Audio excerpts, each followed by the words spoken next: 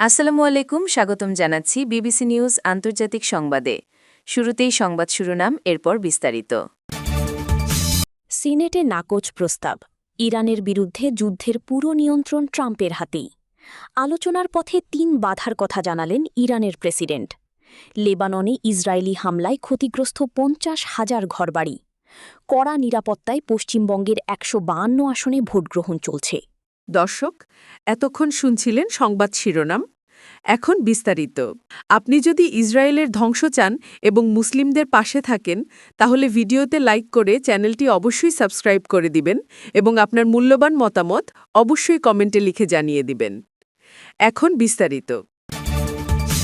আলোচনার পথে ৩ বাধার কথা জানালেন ইরানের প্রেসিডেন্ট। ইরান সংলাপ ও সমঝোতাকে স্বাগত জানায় এবং তা অব্যাহত রেখেছে। তবে ৩ কারণে আলোচনা বাধাগ্রস্ত হচ্ছে বলে জানিয়েছেন দেশটির প্রেসিডেন্ট মাসুদ পেজেশকিয়ান। বুধবার ২২ এপ্রিল সামাজিক যোগাযোগ মাধ্যমে দেওয়া এক পোস্টে তিনি এসব কথা বলেন। পেজেশকিয়ান পোস্টে লিখেছেন, প্রতিশ্রুতি ভঙ্গ, অবরোধ এবং হুমকি প্রদানই প্রকৃত আলোচনার প্রধান বাধা। যুক্তরাষ্ট্রের প্রতি ইঙ্গিত করে পেজেশকিয়ান তার বক্তব্যের শেষে লিখেছেন, বিশ্ব তোমাদের অন্তহীন কপট কথাবার্তা এবং দাবি ও কাজের মধ্যকার বৈপরীত্য দেখতে পাচ্ছে। এর আগে সামাজিক যোগাযোগ মাধ্যম এক্সে দেওয়া এক পোস্টে ইরানের পার্লামেন্ট স্পিকার মোহাম্মদ বাঘের গালিবাফ লিখেছেন, নৌ অবরোধ করে বিশ্ব অর্থনীতিকে জিম্মি করার মাধ্যমে যুদ্ধবিরতি লঙ্ঘন না করলে এবং জায়নবাদীদের ইসরায়েল সব ফ্রন্টের যুদ্ধংদেহী মনোভাব বন্ধ হলেই একটি পূর্ণাঙ্গ যুদ্ধবিরতি অর্থবহ হয়। গালিবাফ আরও লিখেছেন, যুদ্ধবিরতির এমন চরম লঙ্ঘনের মধ্যে হরমুজ প্রণালী পুনরায় খুলে দেওয়া সম্ভব নয়। প্রসঙ্গত, ২৮ ফেব্রুয়ারি যুক্তরাষ্ট্র ও ইসরায়েল ইরানের বিরুদ্ধে ব্যাপক সামরিক অভিযান শুরু করে। এতে দেশজুড়ে সামরিক ও বেসামরিক স্থাপনায় বিমান হামলা চালানো হয়, যার ফলে ব্যাপক প্রাণহানি ও অবকাঠামোগত ক্ষয়ক্ষতি ঘটে। এর জবাবে ইরানের সশস্ত্র বাহিনী বিভিন্ন দফায় মধ্যপ্রাচ্যে থাকা মার্কিন ঘাঁটি ও রাডার লক্ষ্য করে ক্ষেপণাস্ত্র ও ড্রোন হামলার মাধ্যমে পাল্টা আঘাত হানে। লেবাননে ইসরায়েলি হামলায় ক্ষতিগ্রস্ত ৫০,০০০ ঘরবাড়ি। সম্প্রতি ইসরায়েলি হামলায় ৫০,০০০-এর বেশি আবাসিক ইউনিট ক্ষতিগ্রস্ত বা ধ্বংস হয়েছে বলে জানিয়েছে লেবানন সরকার। লেবাননের ন্যাশনাল কাউন্সিল ফর সায়েন্টিফিক রিসার্চের সিএনআরএস-এর প্রধান চাদি আবদাল্লা জানান, সংঘাতের শুরুর দিকেই দ্রুত এই ধ্বংসযজ্ঞ বাড়তে থাকে। তিনি বার্তা সংস্থা এএফপিকে বলেন, যুদ্ধের প্রায় ৪৫ দিনের মধ্যেই ১৭,৫৫৬টি আবাসিক ইউনিট সম্পূর্ণ ধ্বংস হয় এবং ৩২,৬৬৮টি ক্ষতিগ্রস্ত হয়। গত ২ মার্চ সংঘাত তীব্র হওয়ার পর থেকে এ পর্যন্ত ২,৪০০ জনের বেশি মানুষ নিহত হয়েছে এবং ১০ লাখেরও বেশি মানুষ বাস্তুচ্যুত হয়েছে। দক্ষিণ লেবাননের শহর ও গ্রাম জুড়ে ব্যাপক ক্ষয়ক্ষতি দেখা গেছে। লেবাননের পরিবেশমন্ত্রী তামারা জেইন বলেন, ইসরায়েলি হামলার প্রভাব কেবল সাম্প্রতিক সংঘাতে সীমাবদ্ধ নয়, এটি দীর্ঘ সময় ধরে চলা ধ্বংসযজ্ঞের অংশ। সংবাদ সম্মেলনে তিনি বলেন, ২০২৩ থেকে ২০২৫ পর্যন্ত যে আগ্রাসন চলেছে, যা বাস্তবে কখনোই থামেনি, তা বিভিন্ন ক্ষেত্রে ব্যাপক ধ্বংস রেখে গেছে। তিনি আরও জানান, এই বিস্তৃত সময়ে ২,২০,০০০-এর বেশি আবাসিক ইউনিট ক্ষতিগ্রস্ত বা ধ্বংস হয়েছে।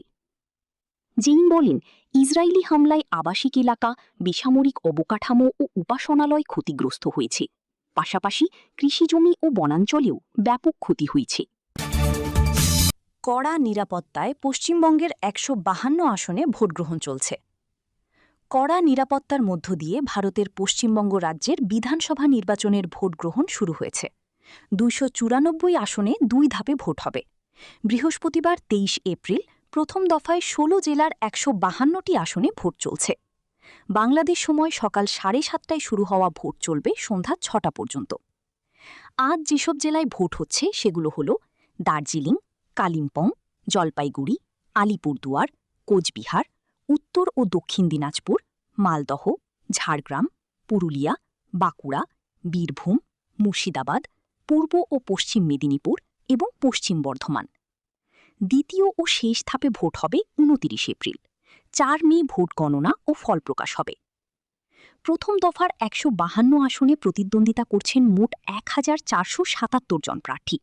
মনোনয়নপত্র জমা পড়েছিল ১,৫২৫টি।